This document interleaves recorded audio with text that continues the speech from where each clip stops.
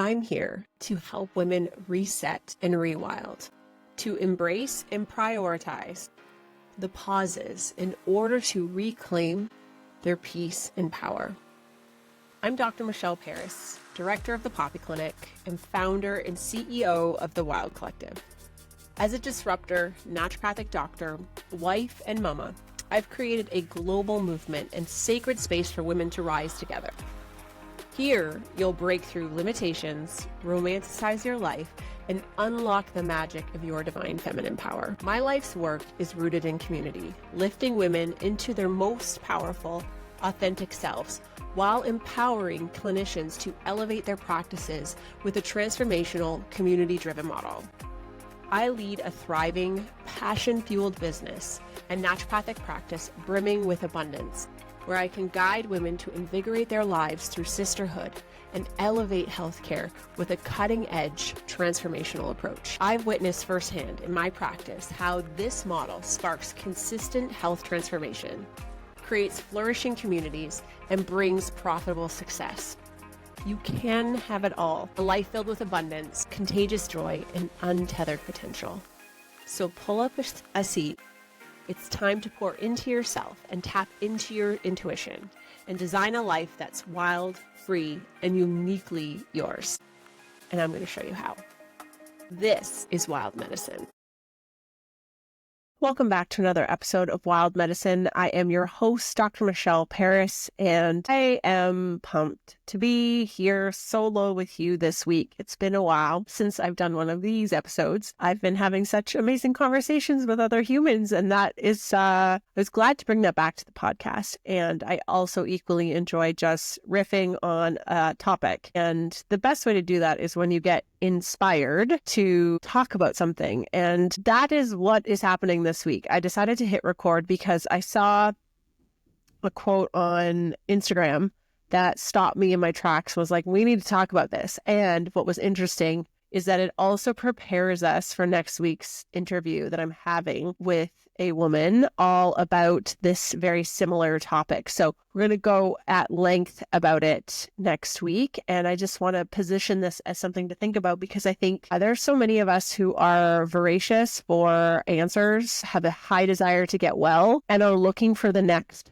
thing. The next nutrition plan, the next product, the next solution, the next lifestyle intervention. And the quote I saw online is, you can't self-care your way out of a life that is not in alignment. And I couldn't agree more. This is the very crux of how we end up in perpetual chase of something that's going to fix everything that we feel is not working, when we really need to be putting our attention towards is what is actually not in alignment. And the question that my guest next week proposes that also stopped me in my tracks and has had me in a deep contemplative mode since then is, where are you still lying to yourself? And I think these are really important questions. And one of my favorite things that I often reflect on is that the quality of your life is in direct correlation to the quality of questions you're willing to ask yourself and thus answer. You gotta answer in order to, propel yourself forward. Where you're still lying to yourself can help highlight where there are discrepancies or the things that we are keeping private that are preventing us from living in our full, honest authority, our full expression of ourselves, our capacity to then really tap in and find our joy and appreciate the everyday. What happens is there are things that we don't like. There are things that we don't like that we've experienced or that we are experiencing. There are relationships that cause us distress. There are habits and tendencies, or maybe our job, our profession, things that aren't really in alignment with how we want to spend our time. And instead of looking at that and asking ourselves where we're still lying to ourselves, we then go and pursue something outside of ourselves as a way to create self-care, right? So it's like, well, maybe I should be journaling or meditating, or maybe I should do this juice fast, or maybe this next trend will be the thing that will bring me back into alignment, which the only thing that can bring you back into alignment is being honest with yourself about what is working and what isn't working and what you're prepared to do about it. And the reason why most of us never do that is because we don't want to see it. It's uncomfortable to see. It means that we would have to make change, and that could be particularly disruptive. And so then a lot of us choose to just keep going and not ask ourselves better questions, and then, try and make everything okay, and then look for something outside of ourselves in order to feel like we're in some way caring for ourselves. And, the truth is that most of us know that this is happening. Whether or not we want to admit it is a whole other subject matter, but most of us are aware that this is happening. And what I see all the time in Wild Collective is that when this is happening, it results in a numbing out. So this difficulty in also not only, not admitting to ourselves where we're lying to ourselves or what is or isn't working, but then also this inability to experience joy. And what we don't realize is that when we cut ourselves off from the things that we don't want to see, when we cut ourselves off the bad, we're also cutting ourselves off the good. And we end up in this perpetual numbed out space, and we just keep pursuing the next trend, the next accomplishment, the next whatever it is. And we hope that it's going to make us feel something different. That when that thing happens, that's when you'll experience joy, pleasure, delight, fulfillment, satisfaction. And is that if we keep seeking outside of that one day that will happen. And it's never going to happen. And that is a lot to take in, I realize. And that's why we often don't ask ourselves the question of where we're still lying to ourselves, because I think most of us are terrified how we might answer that. And there's so many things I could add to this, but I am privy through the work that I do to know how potent and prevalent this is as a collective, and how not everybody is going to decide to do the work. Some of us are going to continue to pattern out and hope that the next meditation retreat is going to be the thing. And if that feels like what you want to do, this is all truly about your own journey. You do you. That's for you to get behind and be in coherence with and to reconcile for yourself. And then there will be those who are brave enough to answer that question and then be met with the feelings of discomfort. And it would not be shocking if that feels like a flooding of emotions, and then really need some resources about how to deal. And here's what I know. I know this is why I love the work that we do in community in the Wild Collective. This is why I continually talk about it as a solution for women, as probably the most viable and safe solution. I'm sure there are lots of others. And, I have a responsibility to share what works in our community and what I see and what I get to bear witness in terms of transformation. And you might listen to this and be like, I still am not that interested in joining. Like, cool. Not sure why you're listening to Wild Medicine, but I know it's not for everyone. It may not be for everyone. I think it's for everyone, but I am wrong about a lot of things. So you're going to find what works for you. But I will say there is nothing like the capacity to prioritize yourself, to understand that as women, we are social creatures, that we are wired to be deeply connected and in communion with other like-minded individuals, with other women, that we heal through storytelling, and that it is a very powerful vehicle in which we are able to transform through our own and process our own difficult emotions. It is incredibly helpful to hear other women who are walking a similar path, have been through a similar situation. And here's the thing, our stories might be very different, but our emotional experience to those life experiences and stories are all very similar. And so that's the cool thing about storytelling, is that if a woman shares with other women about her own personal experience and how she overcame, and how she overcame a challenge, how she overcame a difficult relationship or struggle, or the realization that she was lying to herself about something, that information is incredibly motivating, inspiring, to another woman who is desperate to understand how she can do this for herself. We come from many generations of women where there wasn't a lot of sharing, where things were kept in secret, that households were run in a way that was reclusive and private, right? We didn't share our struggles. We didn't talk about things. The perception of your family being a certain way was valued more than what was actually happening. And so we were shaped in a way that maybe this feels uncomfortable or a bit daunting or unsure of the vulnerability or feel embarrassed. And I'm here to tell you that we are physiologically and biochemically wired for connection. And it is our most primal self thrives in communion when safety is ensured. And that's why I can advocate for my community, because I know that's at the forefront, and a foundational piece of the work that we do is creating a level of safety is absolutely key. And making sure that everyone understands how we show up and how we behave in a wild circle is foundational to why we get the results that we do and why we see women thrive in our community. This episode is brought to you by the Wild Collective.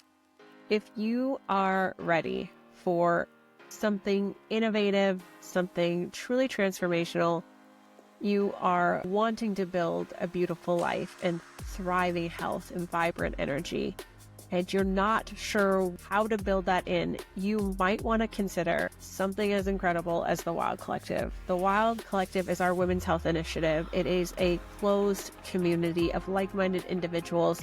It is where sisterhood meets self-care. There's 10 modules of fundamental women's health, all the evidence-based information that you need, the testing, the handouts, the assessment, how to advocate for yourself in the wellness space.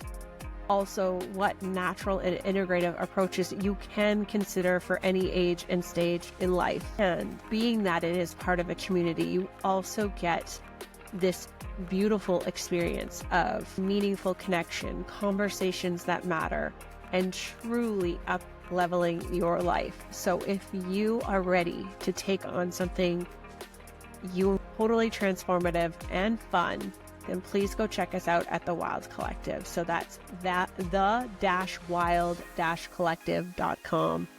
Get on the wait list, and we will see you in one of our Wild Circles very soon. When we actually dare to get brave and ask tougher questions, like where are we lying to ourselves, or understanding that we can't keep self-caring our way out of a life that isn't in alignment with who we actually are, we then are going to need resources to be able to handle that. For most of us, we already have a nervous system that is flooded for flight and fright and freeze. So we're in that continuous sympathetic mode drive where we're constantly scanning for danger. So to have to actually admit that question, or to actually be brave enough to ask yourself that question and then answer it, can be really dysregulating for your nervous system. And in an already dysregulated nervous system, that's going to be really difficult. If we already feel alone and isolated, which a large part of our population does, and that only got increasingly more prevalent post a global pandemic. And in an era of Netflix and chill, we can really tune out the noise of the world and be quite recluse. Like, it's very easy these days to be recluse.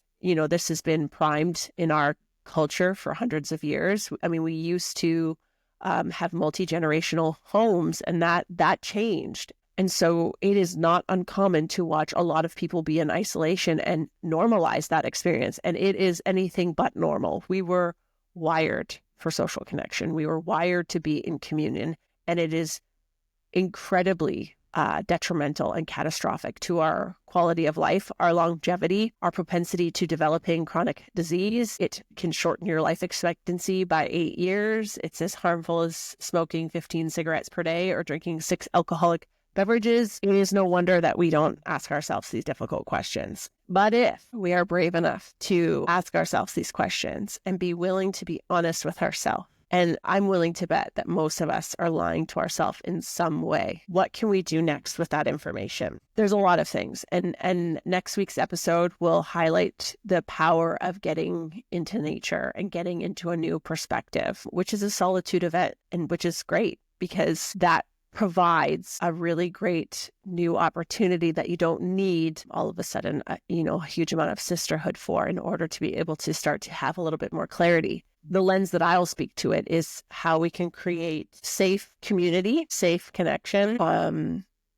and leverage the historical aspects of what help women thrive, like storytelling, like creating a safe circle, like the capacity to be honest and not need to have your problems solved, but to be able to have them reflected back to you, to be able to be challenged, to have the opportunity to hear other women's struggles, and so that you can identify with certain parts of yourself through others' stories and how you can then leverage the wisdom of how they overcame so that you can do that for yourself. And why this became so important for me to talk about is because I see this in every...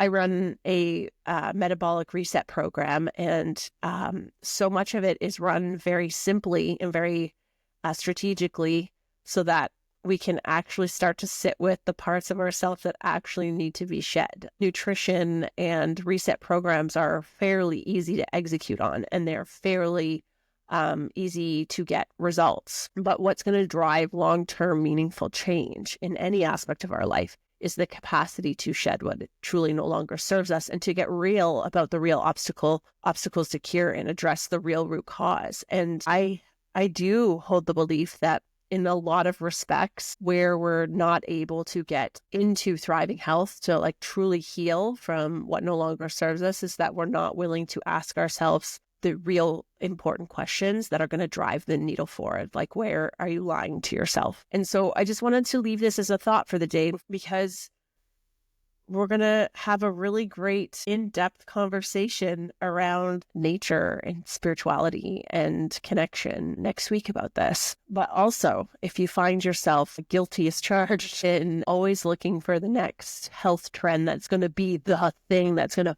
finally heal everything. And we all want to believe that. And I get that. I get that way too. It's just not that simple. The truth is, if people were going to be really honest with you about the capacity to go from numb to feeling to being able to tap into their self-celebration, joy and pleasure, is that it's going to take time. Is that it's going to take the capacity to sit with and expand and not hide. It's going to expect that you're radically honest, and it's going to invite the need to have the right support in order to see it through. And this is why I am such an advocate in any healing capacity. Like any role I hold as a naturopathic doctor, community is an instrumental part of healing, is that we need the accountability. We need the level of safety that only human connection can provide. We need the wisdom of storytelling, and our nervous systems absolutely require the capacity to feel safe,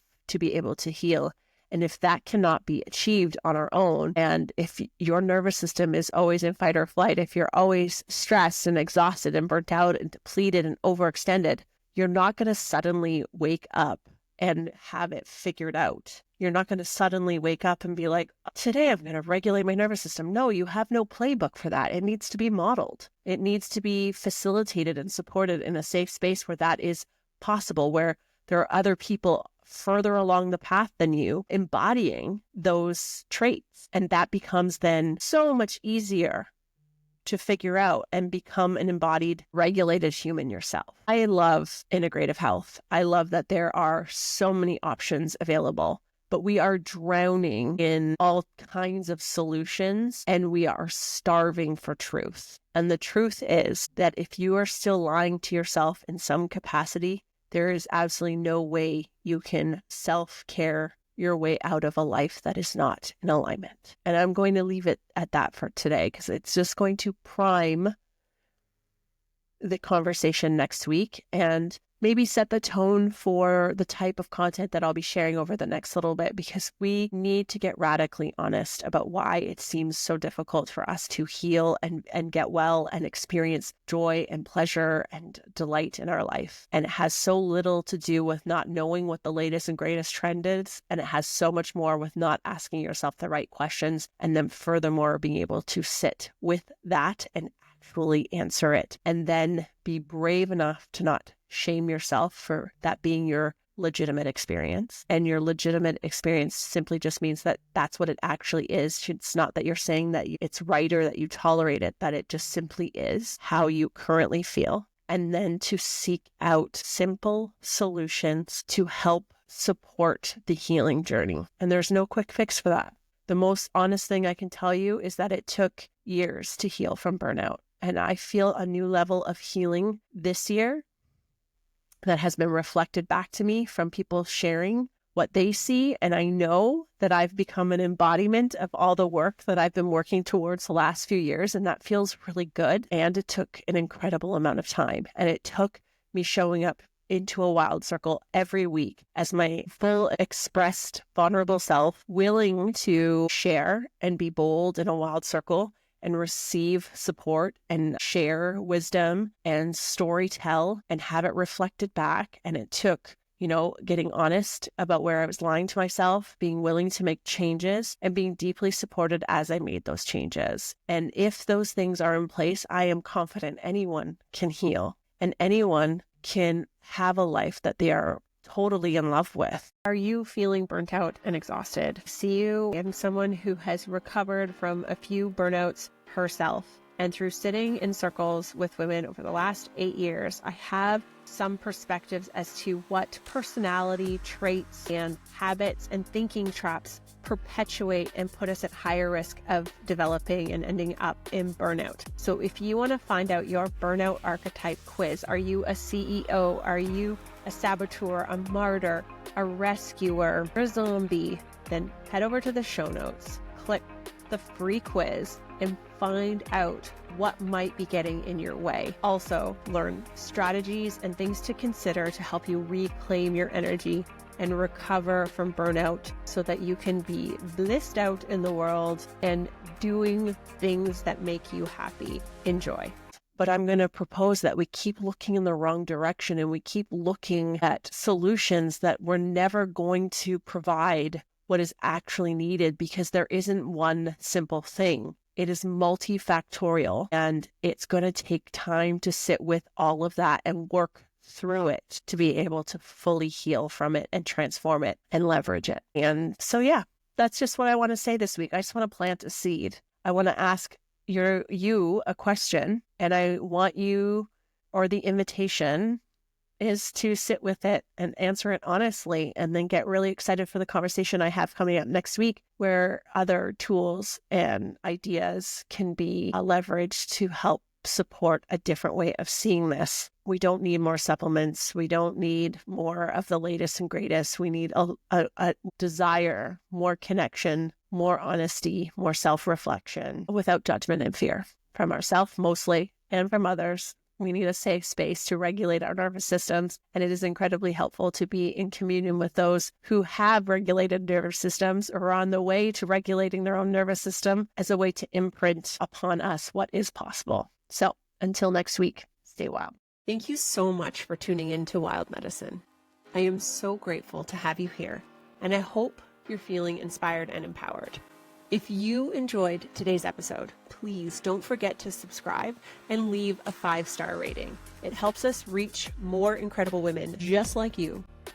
And before you go, quick reminder, the information shared on this podcast is for educational purposes only and is not intended to diagnose or treat any medical condition. Please consult with your healthcare provider for personalized advice and care. And if you're ready to take inspired action and dive deeper into your own health journey, please visit us at poppyclinic.com. Let's rewild and reset your health together.